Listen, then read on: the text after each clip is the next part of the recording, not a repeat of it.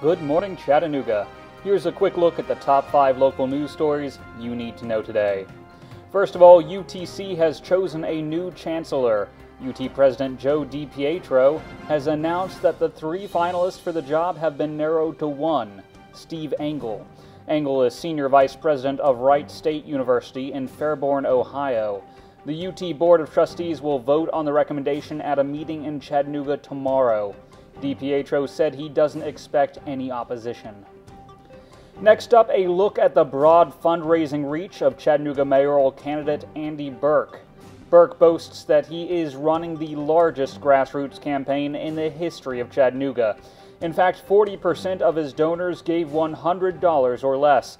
But campaign disclosures reveal that at least 40% of donors to Berke's campaign live outside the city. Some donors live as far away as Hawaii and Maine. His fundraising also extends across the state to Nashville and Knoxville, and the numbers are staggering.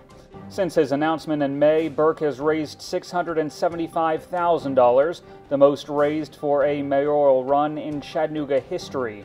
He has spent almost $150,000 on events, advertising, and billboards. Berke's nearest opponent has raised nothing and spent $1,800. Next up, if you have a motorcycle, you might want to pay attention to a new bill Tennessee lawmakers plan to take up this week. New legislation would allow motorcycle riders 21 and older to ride without a helmet. Tennessee is currently one of 19 states nationwide that require a helmet for all motorcycle riders.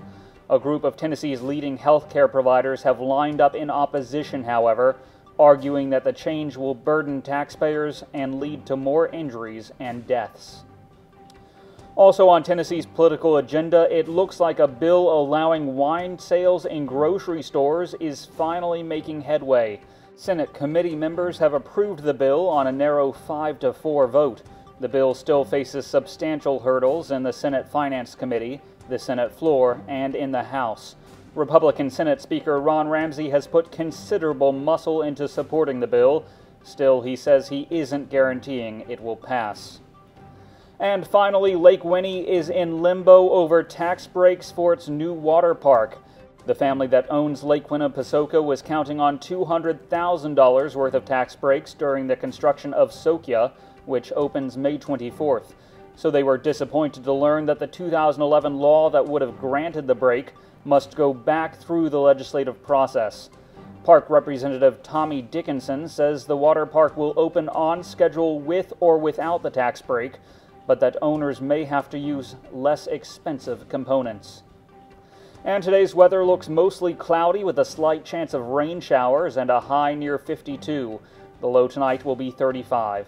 I'm Harrison Keeley. For more on these stories and updates throughout the day, follow us on Facebook and visit timesfreepress.com.